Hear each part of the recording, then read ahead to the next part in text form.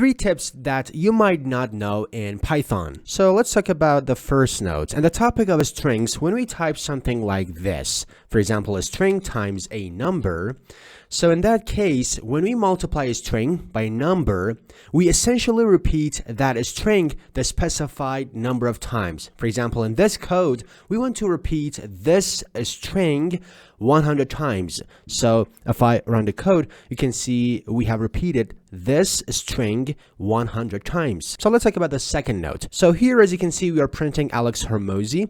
But now suppose that we want to print Alex, and then we want to go to the next line, and then we want to print Hormozy. So what should we do?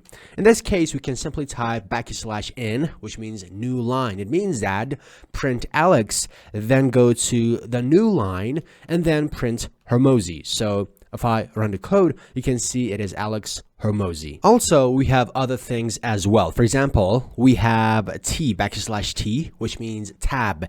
It means that type Alex, then press a tab on your keyboard, and then print Hormozy. So if I run the code, you can see this is Alex Hormozy. And actually, we can combine all of these things. For example, maybe you want to have, for example, 2 tabs or 3 tabs. So if I run the code, you can see this is 3 tabs.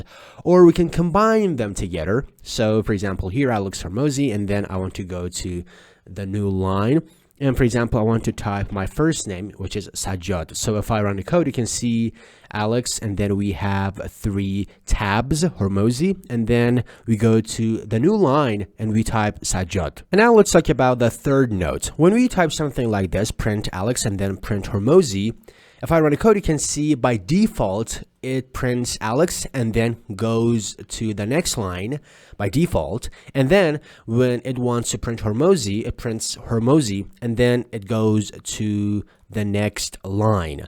So the question is, can we change this behavior? Yes, we can. Here, this print has another argument called end. And for example, we can say instead of going to the next line, which is the default behavior of the print function, so this is the default behavior.